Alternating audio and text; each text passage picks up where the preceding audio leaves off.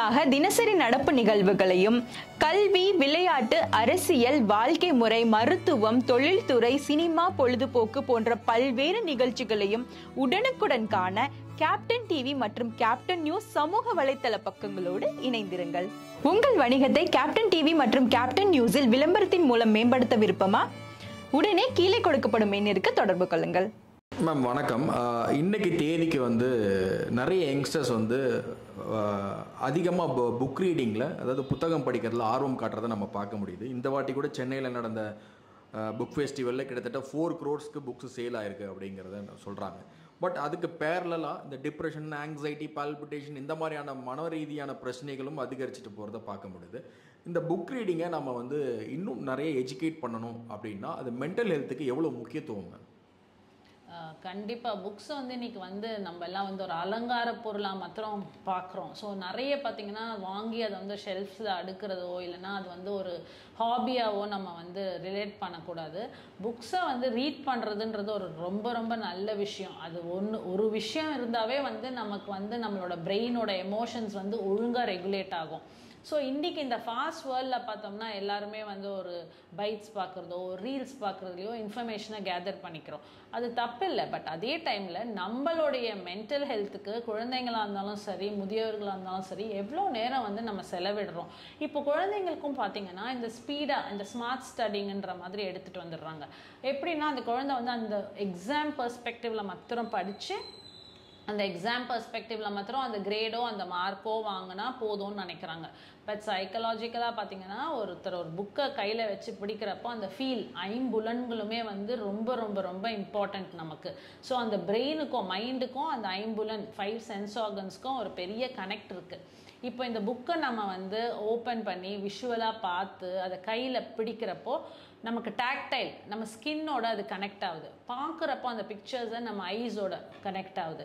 அதே மாதிரி அந்த பேஜஸில் வர ஸ்மெல் நம்ம நோஸ், ஆல்ஃபேக்ட்ரியோடைய ட்ரிகர் பண்ணுது. இது மாதிரி பார்த்திங்கன்னா அந்த புக்கை நம்ம ஒரு காஃபி குடிச்சிட்டு படிக்கிறப்போ அந்த டேஸ்ட், அந்த நாக்கில் இருக்க டேஸ்ட்டு, ஸோ இது மாதிரி விஷயங்கள் அந்த பேஜஸை திருப்புறப்போ அந்த சவுண்ட் ரஃபில் ஆகுறது, பேஜஸோடைய சவுண்டு. ஸோ இது எல்லாமே ஐம்புலனுக்கு பெரிய ஒரு ட்ரிகர். இதுவே பார்த்திங்கன்னா நமக்கு சைக்கலாஜிக்கலாக பெரிய ஒரு ப்ளஸ் பாயிண்ட். அதாவது ப்ரிவென்டிவ் கவுன்சிலிங்ன்றது ப்ரிவென்டிவ் மோடு, க்யூரேட்டிவ்ன்றது மெடிசன் எடுத்து க்யூர் ஆகிற மோடு. ஸோ இது ரெண்டுத்துலேருந்துமே இல்லாமல் நம்மளோட வெல்னஸை பார்த்துக்கலாம், மென்டல் ஹைஜீனை பார்த்துக்கணும்னா ரீடிங் இஸ் வெரி இம்பார்ட்டண்ட். இப்போ ஒரு வேர்டை நம்ம கண்ணு பார்க்குறப்போ அந்த கண்ணில் இருந்து அந்த வேர்டு ஒரு லெட்டர் என்ன ஆகுது, ஒரு வேர்டாக நம்ம அதை பார்த்து அந்த பிரெயின் கொண்டு போய் அதை ஒரு சென்டென்ஸ் ஆக்குது. இதில் என்ன நடக்குதுன்னா இந்த காலகட்டத்தில் படிப்பு படிப்பு படிப்புன்னு அந்த சென்டென்ஸோடையே நிறுத்தி அதை அப்படியே எப்படி ஒப்பிக்கிறாங்க, எப்படி அதை புக்கில் வாமிட் பண்ணுறாங்கன்றதை தான் இன்றைக்கி நம்ம எஜுகேஷன் சிஸ்டமாக பார்க்குறோம். பட் அது ஒரு தவறான ஒரு விஷயம். எப்படி அந்த ஒரு வார்த்தை ஒரு வேர்டாகி, அந்த லெட்டர் எப்படி ஒரு வேர்டாகி, அந்த வேர்டு எப்படி ஒரு சென்டென்ஸ் ஆகி, அந்த சென்டென்ஸ் தாட் ஆகணும். புரியுதுங்களா? அந்த சிந்தனையை நம்ம எழுப்பணும். அதுதான் உண்மையான படிப்புக்கும் நம்ம மென்டல் ஹெல்த்துக்கும் ரொம்ப ரொம்ப பொக்கிஷமான விஷயம். Books is very important. குழந்தைங்களை நிறைய என்கரேஜ் பண்ணுங்கள். இபுக் வந்திருக்கு, நான் இல்லைன்னு சொல்லலை. பட் இருந்தாலுமே அது கண்ணுக்கு கொஞ்சம் கெடுதியை குழந்தைங்களுக்கு தெரியாது இல்லையா, எப்படி பொசிஷனை பிளேஸ் பண்ணணும், எப்படி ரீட் பண்ணணும், அது கண் பார்வையை குறைபாடு வருது. அது மாத்திரம் இல்லாமல் நெக்கு பாஸ்டரில் கொஞ்சம் ப்ராப்ளம்ஸ் இருக்குது. ஸோ அது மாதிரி தருணத்தில் புக்ஸை நம்ம ரீட் பண்ண சொல்லி கொடுத்தாவே குழந்தைக்கு that's the best friend, that's the best gift, that's the best என்ன சொல்கிறது சொல்யூஷன் டு ஆல் ப்ராப்ளம்ஸ்னு நான் சொல்லலாம். மேம் இன்னைக்கு தேதிக்கு ஸ்டூடெண்ட்ஸ் பார்த்தீங்கன்னா அவங்களோட ஸ்டடி மெட்டீரியல் புக்ஸே பார்த்தீங்கன்னா பெரிய மூட்டை மாதிரி தூக்கிட்டு போகிறாங்க. முன்னாடியெல்லாம் அப்படி கிடையாது. இப்போ அவங்களுக்கு பெரிய ஸ்ட்ரெஸ்ஸே அவங்களுடைய படிக்கக்கூடிய சப்ஜெக்ட் புக்ஸாக தான் இருக்குது. அப்படி இருக்கும்போது அதை தாண்டி ஃபிக்ஷனோ நான் ஃபிக்ஷன் மாதிரியான புக்ஸுக்கு மென்டலி அவங்களை எப்படி ப்ரிப்பேர் பண்ணும்? இப்போ பொதுவாகவே நம்ம பார்க்க முடியுது, எலைட் பீப்புள்னு சொல்லக்கூடிய அந்த ஒரு குறிப்பிட்ட வெல் எஜுகேட்டட் பீப்புள் என்ன பண்ணுறாங்கன்னா அவங்களுக்கு இந்த வீக்கெண்டில் அவங்களுக்கான நான் ஃபிக்ஷன் புக்ஸை கையில் கொடுக்குறாங்க படிக்கிறதுக்கு. ஸ்டோரி டெல்லிங் புக்ஸ் மாதிரியானது தொடர்ந்து அவங்களுக்கு பயிற்சி கொடுக்குறாங்க.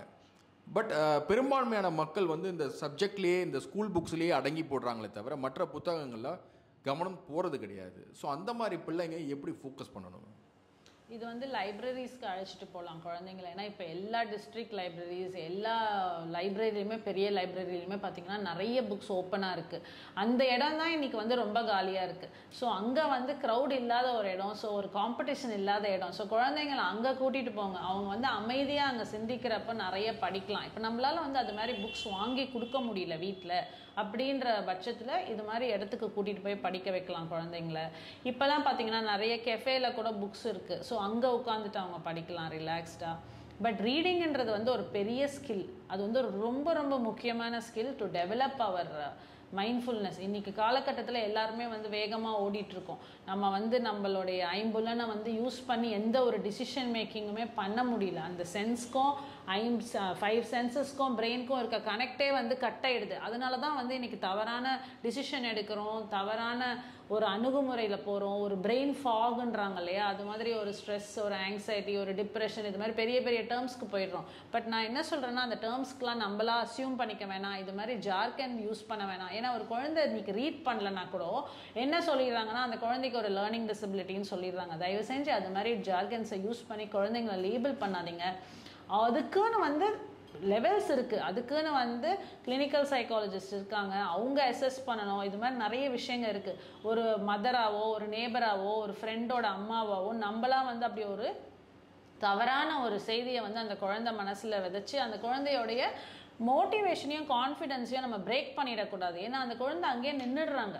இந்த competitive world, it's a very very competitive world. அதனால தான் அந்த குழந்தைங்களுக்கு அந்த ஸ்ட்ரெஸ் ஆல்ரெடி இருக்குது. எல்லாருமே வந்து சர்வைவல் ஆஃப் த ஃபிட்டஸ்ட்ன்ற மோடில் ஓடிட்டுருக்கோம். ஸோ அது மாதிரி விஷயங்களில் வந்து நம்ம மோட்டிவேட் பண்ணி குழந்தைங்கள நீங்கள் படிங்க. இப்போ வந்து நிறைய புக் பேங்க்ஸ் இருக்குது, நிறைய வந்து என்ஜிஓஸ் கூட நிறைய சப்போர்ட் பண்ணுறாங்க இந்த ரீடிங்க்கு.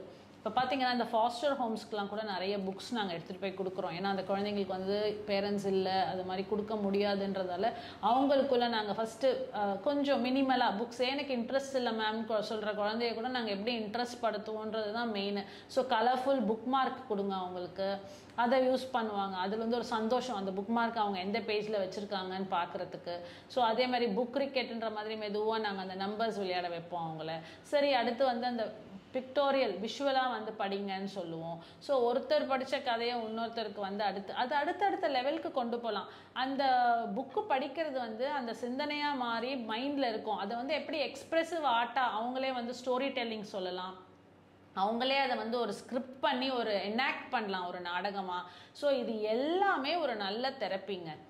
ஸோ இதை பயன்படுத்தினாவே குழந்தைங்க வந்து இந்த கேட்ஜெட்ஸோட உட்காந்து விளையாடிட்டு அவங்களோட லைஃப்பை வந்து கண்டிப்பாக பொட்டென்ஷியலை வந்து கம்மியாக்குறதோட இது வந்து ப்ரொடக்டிவாக இருப்பாங்க. ஸோ இதையும் வந்து நான் சஜஸ்ட் பண்ணுறோம்.